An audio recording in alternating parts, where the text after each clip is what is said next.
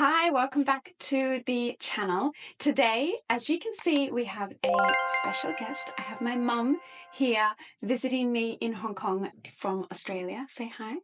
Hi.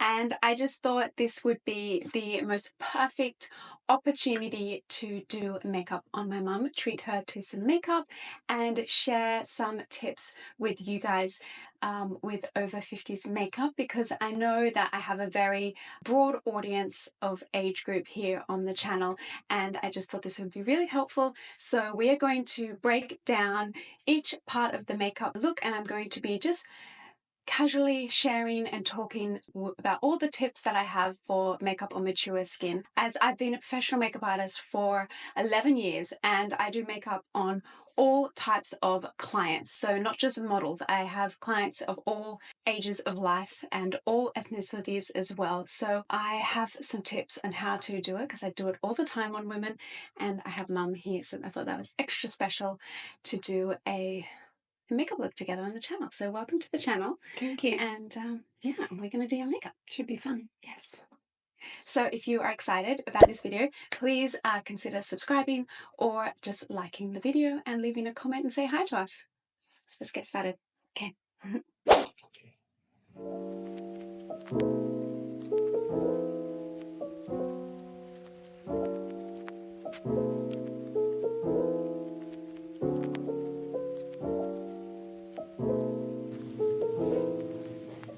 So I've just prepped mum's skin with a serum and a moisturizer. I will leave the ones I've used linked in the description box down below. Everything that we put on mum today will be in the description box. I'm just now putting some lip balm on the lips, because you really want to hydrate the lips at the beginning, so by the time you come to do the lips at the end, they're hydrated. So you can also do that at home as well. So when prepping skin, mature skin for makeup, you really want to make sure you hydrate it, as the foundations that you put on top is not going to slide around and blend out as effortlessly as it would when it's nice and hydrated and prepped. It's just on bone dry skin, it's going to get sucked up by the skin a lot quicker because it's drier and dehydrated. Mum's skin she has really dry skin. If you do have oily skin still, you can put a primer in the T-zone. If you're really worried about pores and things, you could place blurring primers specifically just where you get more pores, like here and here. Mum doesn't have too much large pore areas of her skin. It's more fine lines and things that is an issue, but her pores and the texture is pretty good. It's more about fine lines and a lot of redness that we need to address. So I've let the moisturizer and the serums really settle into the skin. Her lips are marinating. Now we're going to buff in the foundation into her skin. Today I am using the MAC Studio Fix Fluid Foundation just because it is a classic. I've had it in my kit since day dot and I don't find anything wrong with it. I really love it. I use it on a lot of clients and I just find that I can really sheer it out. I can make it high coverage, I can make it lower coverage by buffing it into the skin care products that we're putting on now. And this brush that I'm using I've had for so long as well. This is from Clinique. I don't know if they make these anymore, but I love it so much. Always have washed clean brushes, and we're going to start with the foundation, starting on the center of the face where you have more redness. And the center of the face is always where you want to perfect, because that's when people look at you, they look at the center, the triangle of your face here. They don't worry so much about the outskirts of your face. You want to perfect the center. And start with a light layer first. I like this brush because you can really buff it into the skin and make it feel like skin, rather as opposed to painting it on.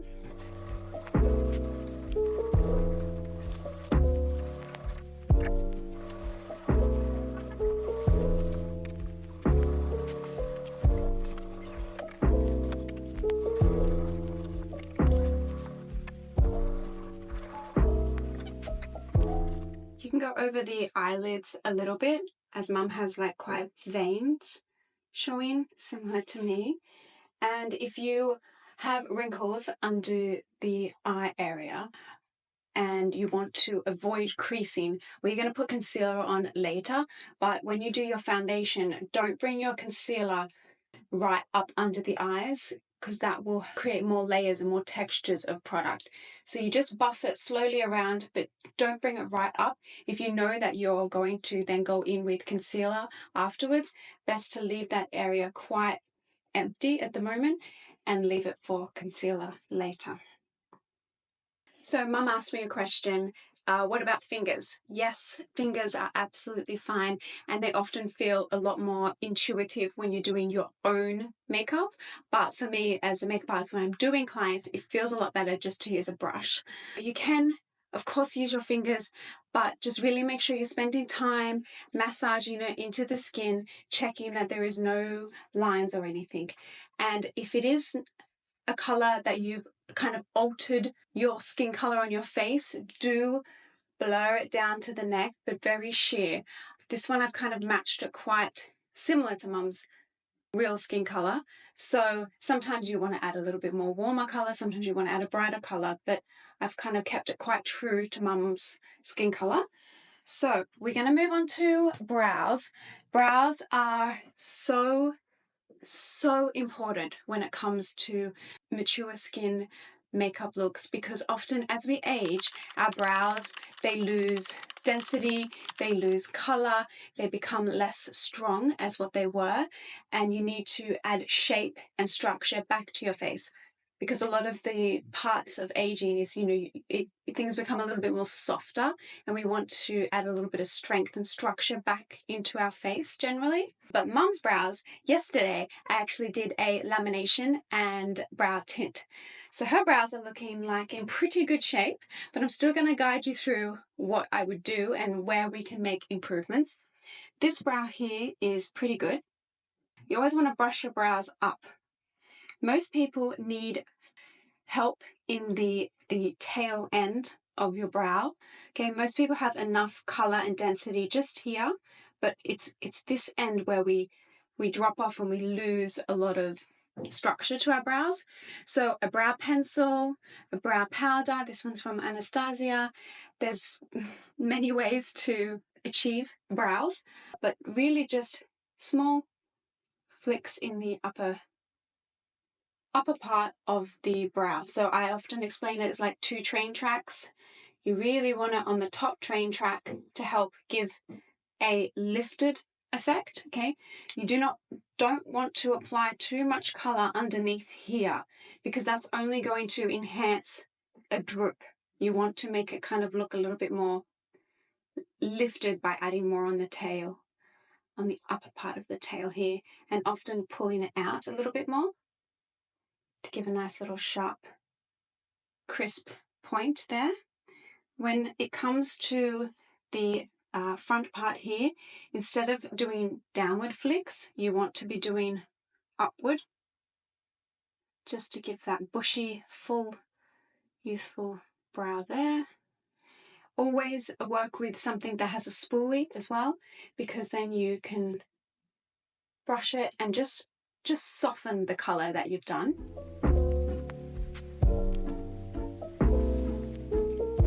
Always take a step back and have a look, see where there's any gaps. And then if you've had your brows laminated like Mum, some brow wax or some clear gel is really helpful, just to keep them in place. There we go. Perky, lifted up brow. And let me fill in the other one.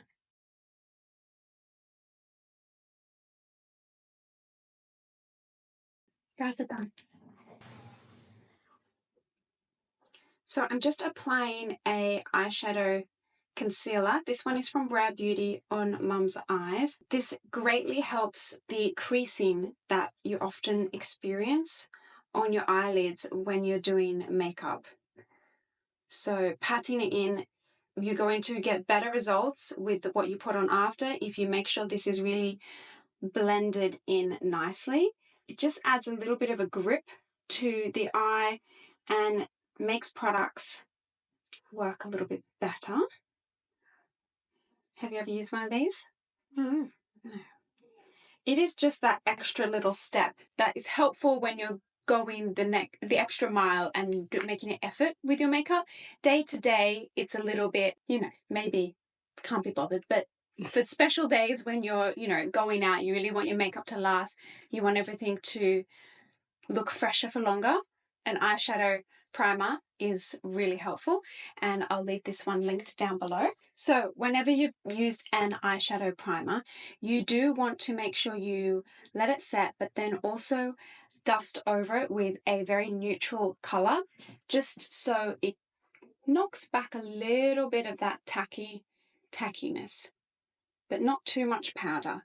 With mature skin, you don't want to put too much powder on the eyelids because it will start to look a little bit dry. So just a light layer with a really fluffy brush. Now when it comes to eyeliner and putting eye colors on the eye, dark and light colors on mature eyes, often we have a lot of issues with droopy eyelids, okay? Mums actually aren't really that bad at all. Yay. Look forward. I think it's because we have very sunken eyes and our eyes are very deep in our head and this brow bone is quite prominent. I think mine might be even more. Keep looking straight, please. Yeah. There is a little bit of skin coming down there, but I think having that sunken eye shape helps it not come forward as early. So if you do have a hooded eye or a lot of excess skin kind of coming down, you want to kind of reduce that by adding dark colors. Light colors will enhance that. So you want to put more lighter colors in this region here and darker colors in this region, but then also being considerate of the texture on the eyelid, that it's not as smooth. So I am not a fan of using liquid eyeliner on mature eyelids because of the texture and that it's not as smooth as it once was.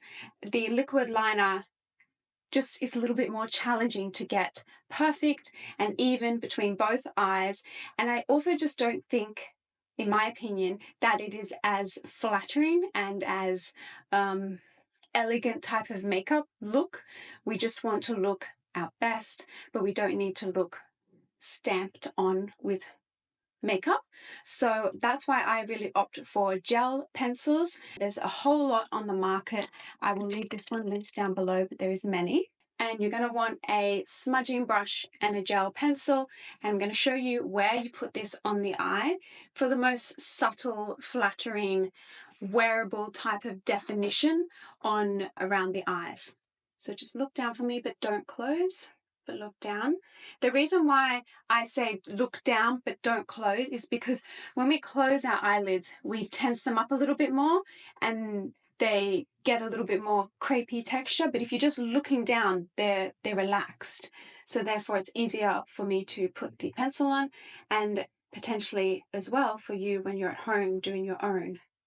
Starting at the outer corner of the eye, and it doesn't need to be perfect, just wiggling on, sliding on the eyeliner on the outer corner. As we get to about halfway, we taper it off and we add a little bit more out here. Then we're going to go in with the smudging brush and buff over that. Just sliding up and down over that. Small little strokes, just blurring it out.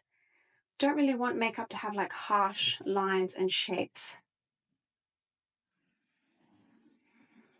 I'm going to flick it up and out a little bit just on the outer corner and look straight for me. We want to check and see how it's looking with the eyes open. It is nice to bring it around the corner, as I like to say, and put it on the lower, but just on the outer corner. So look up for me. Just out here. Bringing it around the corner. This often makes makeup look a little bit more polished and sophisticated, but really blurring it out. And this isn't a black, might I add. I forgot to add, this is not black. This is a chocolatey brown kind of color, which is often so much more flattering and appropriate, I find. There is some definition around her lashes there, keeping it really close to the lash line. So we've done both sides now, Mum's eye. I've had a look at her eyes. This eye is kind of like less hooded as opposed to this one. This one here, we have a little bit more skin coming down. So I'm going to blur that and push that back with a darker eyeshadow color. I'm going to grab a little bit of a browner color, not too warm, but a warmer brown. Look down, and a smaller buffing brush. And I'm just going to start to buff around where that Pacific part of the eye is coming forward.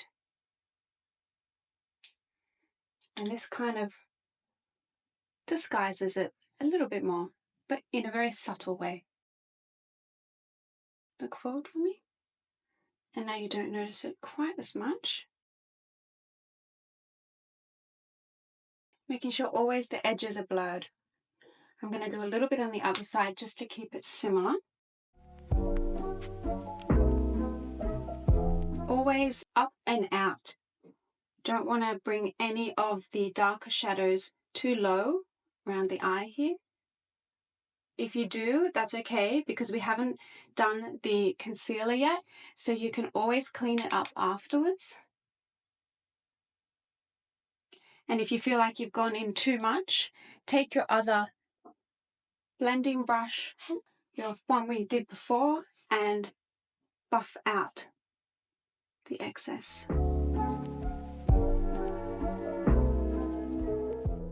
Now I want to put a brighter color across Mum's lids.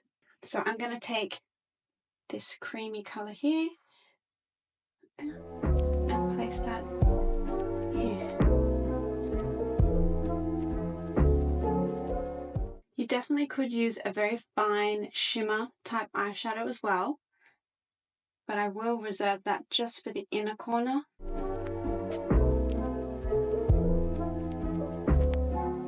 Okay, and if you want to set your gel pencil, take a dark brown color similar to the eyeliner color, and I think it's nice to set it underneath here. Look up for me. It just helps give things a little bit more longevity by using a powder product on top of the gel. Look up for me. Let's finish off the eyes with curling the eyelashes. Super important. Look down but don't close. Really helps lift the eye, especially if you have a hooded eye. Going in and curling the eyelashes makes such a difference. It does take a lot of practice to get used to it. It does feel like a little bit like a torture device. Do you ever curl your lashes? Never. Never? Look down and look to the right. Really want to focus on getting those outer corner lashes lifted out.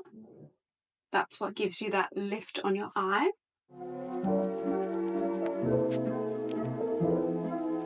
Mascara. Look down but don't close. Wiggle at the roots to deposit color, and then slide out to get that length. Lovely. Really making sure especially when you're blonde, make sure you get down to the root and color the roots of your lashes to give that depth on your eyes. So what about the lower lash? You can do the lower lash. It is just, asking for more trouble with smudging. That's where you're going to get more smudging if you put mascara on the lower lash. Yeah, look up. And if you do, I would focus a little bit more on the outer corner just to continue that opened eye almond effect that you try to go for. But very light layers. Yeah. Okay, mascara is done and the eyes are looking defined and filled up. We may come back to the eyes, but I want to start working on the concealer. After you've done the eyes, if anything dropped down below the eyes, then you can clean it up easily now before we apply concealer. That's why I like to apply foundation, do the eyes, then do concealer once I've finished the eyes. For concealer, we're going to use an absolute classic. This is the Nars Radiant Creamy Concealer in the shade Vanilla Light 2. To be hygienic, I just put it on my palette here, but obviously you can pop it straight on your face if it's your own one. And you do want to let it dry down if you're going in straight from the concealer brush and putting it on the face. Let it set there for a few seconds. Work on something else. Find your lipstick color you're going to wear that day. Get out your blush, you know. Let it just settle in. Perfect any other areas. Of course, you can use your fingers as well. I often use my fingers when I'm doing my concealer. If you really like to work on brightness in your face, you do want to use a concealer that is just one stop above, a little bit brighter than your foundation color. You can add brightness here with your concealer. Around the nose, around the chin, really lifts the face, and of course under the eyes. And if you have deep set eyes like mum here and narrow and dark discoloration, you do want to put some there, which helps brighten the eyes. Really focusing on the inner corners here. And now look up for me.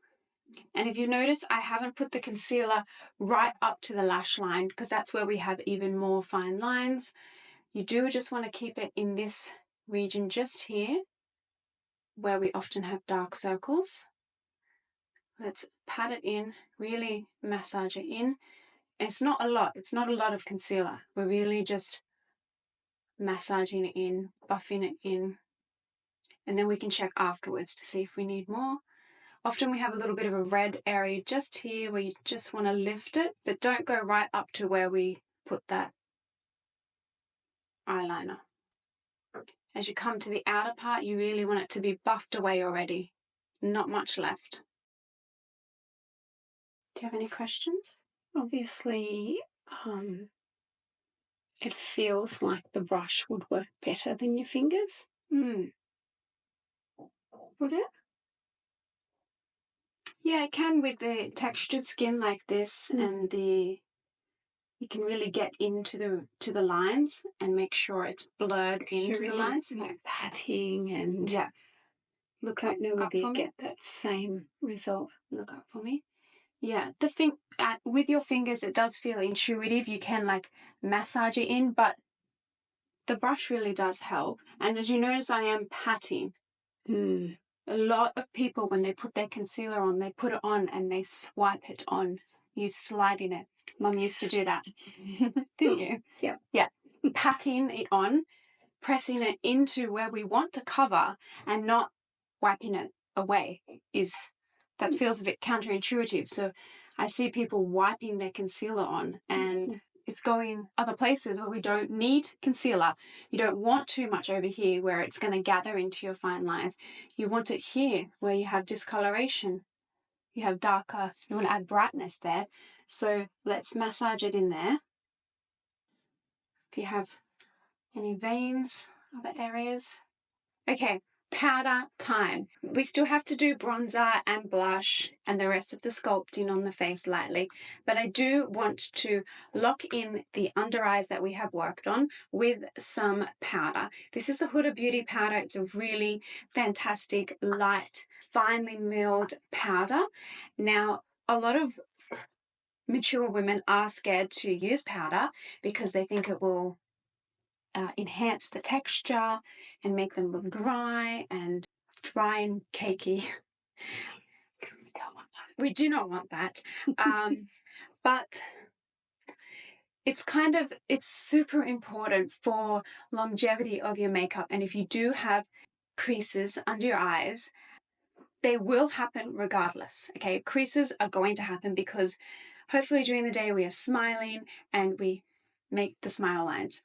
But locking in that creamy concealer with a powder is going to greatly delay the creases from happening. So it will stay smoother for longer. It adds a little bit of a blurring kind of effect, powder, I feel. And if you have a nice quality one that is really fine, they don't look as cakey as quickly. There's a few different ways you can apply it. You can apply it with a powder puff like this, okay, which is really nice because it's that triangle shape. We can really get into areas of the face. You can also apply it with a small fluffy brush like this. So many people apply their powders with a big brush, kind of like this one, which is, it's just too big. You're not going to get into the areas where you want to set, and you are going to set other areas where you want to leave glowy, okay? So that's why I really recommend a small one like this or a powder puff. I'm going to go with this one because I really like to lock in the concealer, and also I think it's going to help. Mum often experiences a lot of mascara smudging, and she has like a glowy skin. She keeps it hydrated, she wears her sunscreen, and I think her eyes are getting a little bit too moist and tacky. You know, you just come from Australia, it's the summertime there, and so of course mascara is going to smudge when it is around dewy skin and a lot of moisture. You're not helping it much. So we're going to powder, and you're going to try that as well over the next few weeks. Yeah, sounds like it would be Helpful. very helpful. Yeah. So I've powdered up the puff. Definitely make sure before you powder, whatever you set, it's going to stay like that. So just check, one last check, that there's no creases under the eyes. Look up for me. And if you have anywhere that is of concern for you, you can, where do I get these? I get these on Amazon. Little tiny kind of Q-tip. And look up. You can ever so slightly just remove any excess concealer along the lines. Just buff them out there, and that will help any excess. That's detailed. Yes. A bit too much. Might not be for the everyday. Okay. Powder, look up, press it in. Okay. Into that corner where we worked on brightening. And I'm going to do across the brow bone for Mum, just to see if that helps with her mascara smudging situation. On the forehead, around the nose, around here where we concealed, because Mum has redness around her nose, on the chin, all the areas where you do not want to be too shiny. It's a very fine powder. Powders have come a long way. It really mattifies and blurs the skin. That's why people don't like shimmering product. That's why there were so many rules before about not using shimmers, because that enhances texture. You know, if you use a shimmer or glitter, it enhances texture. Powder is blurring texture around. It does feel very light. Yeah, doesn't it? You can't feel it. Amazing, yeah. I'm going to take this and just buff off any of the excess. Just kind of blur it around. Super fine. Okay. Locked in. The face is coming along. We are now going to do blush and bronzer. This is from my favorite palette that I got at the end of the last year, the Hourglass Ambient Lighting Palette. These are beautiful products for mature skin because they have a little bit of like a blur. They are very subtle glow and shimmer, very sophisticated and not chunky in any way. We want everything to be very finely milled. I'm going to go into the bronzer and load up my brush here.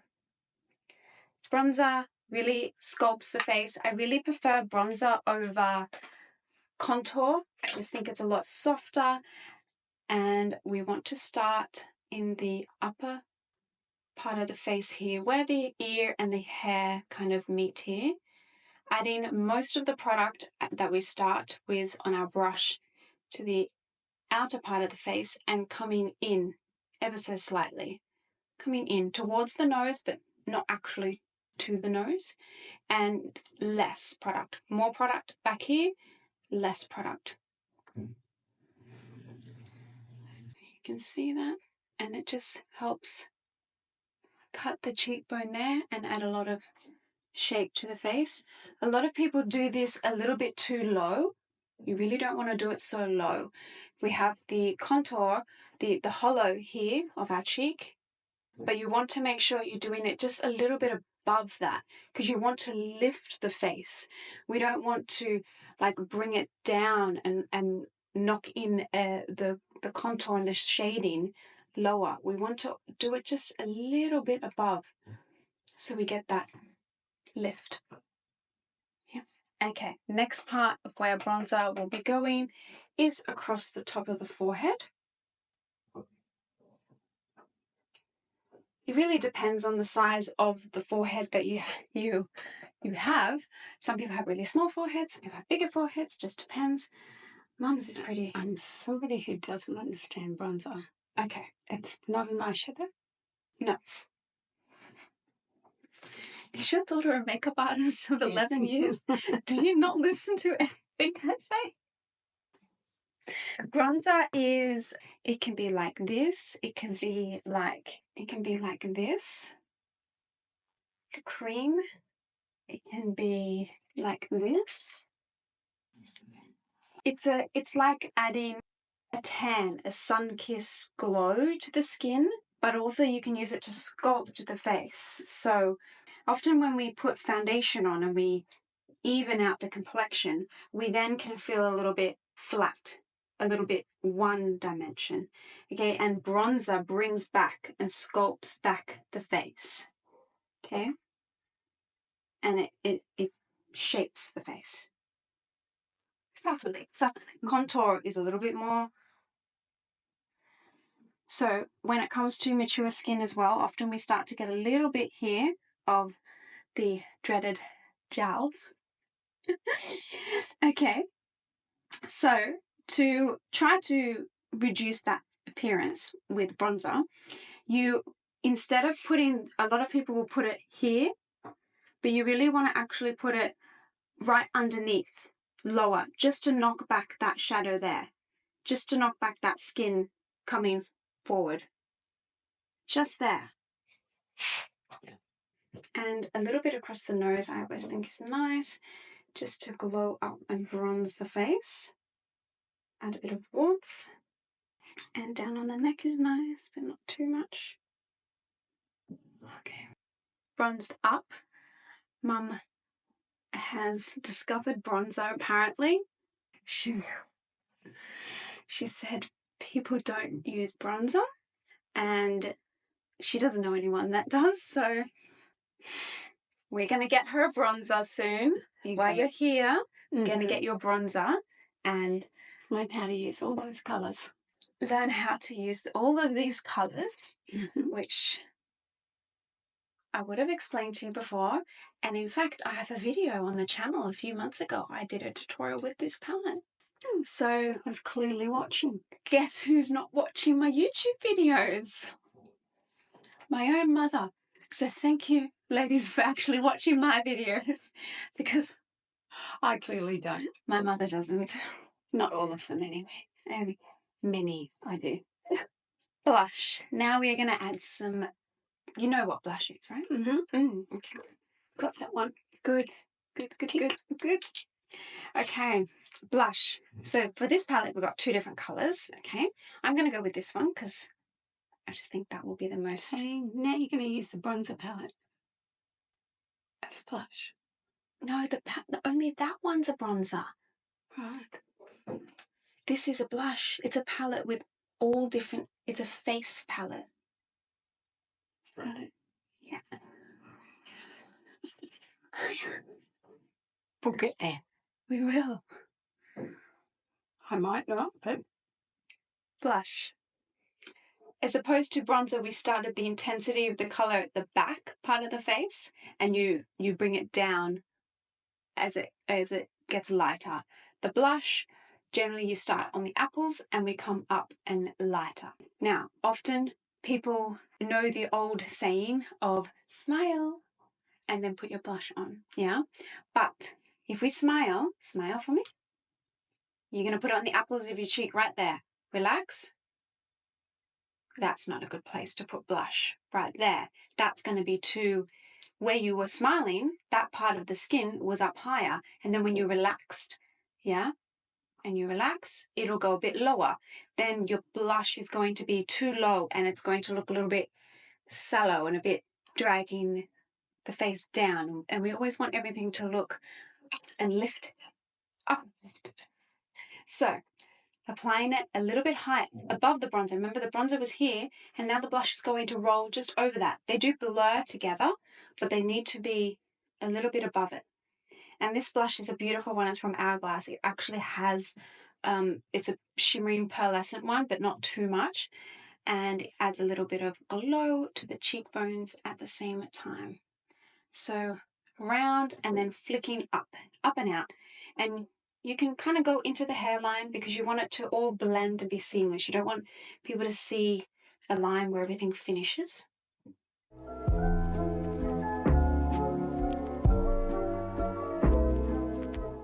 Always make sure everything's blurred and blended. And probably a smaller brush than what you're used to using. A lot of people use big brushes as well. I see a lot of women's makeup kits, so I see what they're using. I see what people are using at home. Yeah, again, people would have one like that. That's how you're doing it? So the reason why you don't want to do it like that and so aggressively, you want to do it lightly, often even patting. If you have one that's a bit more stronger pigment, this one's quite sheer. The Hourglass ones are very sheer. You want to pat and buffer it on, really patting almost motion if your skin is still a bit dewy, because then you're not going to be disturbing all the makeup we've had underneath with covering and concealing, but perfecting the skin. Moving that somewhere You're else. moving it around. Yeah, you're kind of digging into it. So light, always light. And it's kind of you feathering it. Yeah, pushing it, yeah. Whereas, yeah, you're like, yeah, you want to feather it. pat and then really light, and then you get a nicer blur. So I'm just making sure I wipe off the excess of Mum's lip balm because we're going to do lip liner, which is one of my favorite things because it's so transformative to the lips. And if you have your lip balm all over your lips still and it's too balmy, your lip liner is just going to slide around and not actually stick on your lips. So an absolute classic lip color right now, every makeup artist loves it, so do I, is the Makeup Forever Wherever Walnut Artist Lip Color Pencil. These are amazing. I love them so much. So, lips. Mum's got a pretty good lip shape, I would say. It's just she doesn't always use all of the real estate of your lips. Often she just draws straight across and doesn't enhance the Cupid's bow of the lips. It's really important as you age and you have mature skin, your lips get a bit more wrinkled and they lose volume. It's just the joy of aging. So your lips lose volume, and lip liner is one of the best ways to add shape and definition back into our lips, because not only do we lose volume, but we lose color to the lips as well. So we start to look a little bit more washed out in that lower region. And when you take photographs and things, you're like, oh, I didn't put my lipstick on. And it feels more colorful to put your lipstick on. So lip liner, relax your lips. So often people will do that, but you want to really work on the shape when your lips are as resting and how you're going to be most of the day. So focus on the Cupid's bow part, and you can really just ever so slightly roll over the edge. Rolling just over the edge. It's not like reinventing the wheel. We're just rolling ever so slightly over, just in this center part of your lip. And when you get to this outer part here, you go back to your natural lip line, because if you put it up a little bit too high in this part, it will look like this. It'll look a little bit unnatural. Don't go all the way to the edge. Often that also just follows a more downward turn on the lip. Meet it back up to the Cupid's bow, but with a curve, You don't want it to swoop down and inward. You want it to curve up like this.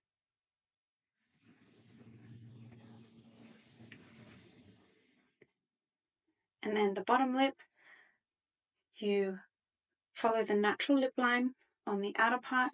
When you get to the inner part, you do want to just roll over the edge just a little bit.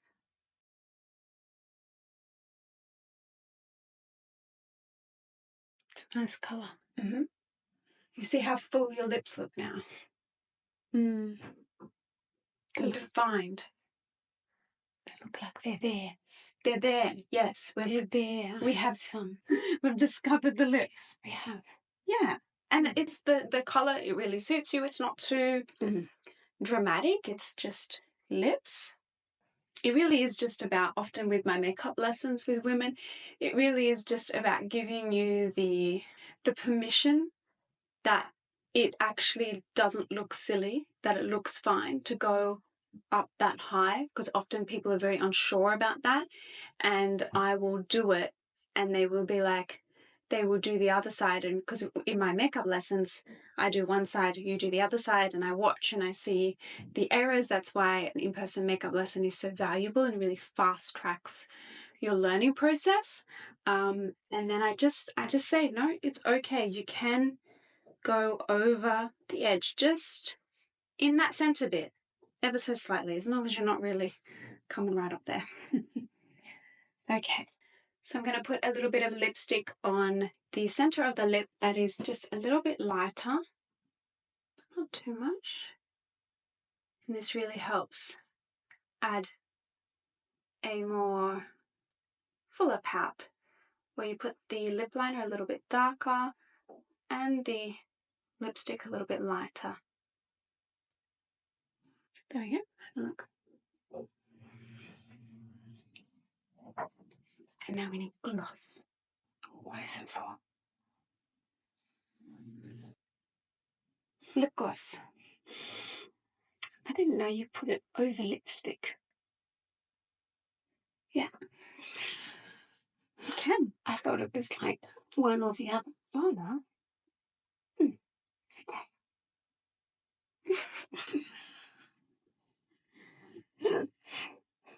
I've done so many videos on my YouTube, on my Instagram, showing lip techniques where I do lip liner and gloss and lipstick.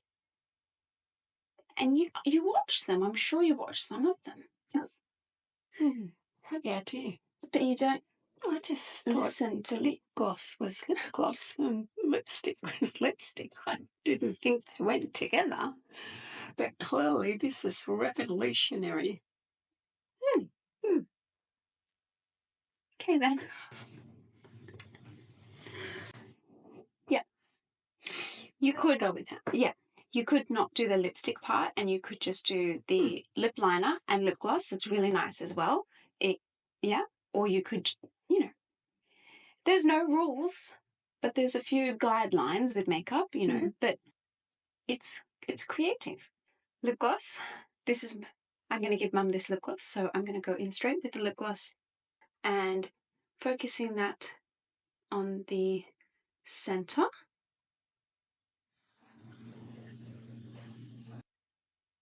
Put your lips together. Now, lip gloss is extremely good at adding volume, giving the illusion of volume to your lips because of the reflective purposes of it, the blur, the juiciness, if you can handle wearing it and enjoying it.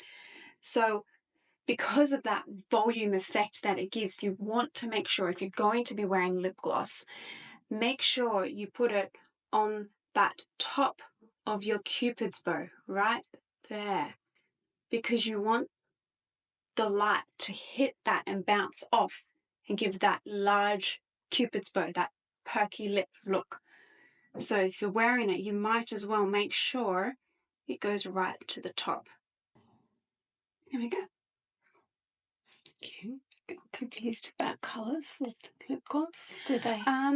Yes, so you do want to keep a colour similar, but because of their sheer nature, you know, that you can stretch it a little bit, and you could use it to brighten your lipstick. You could add a brighter lip gloss.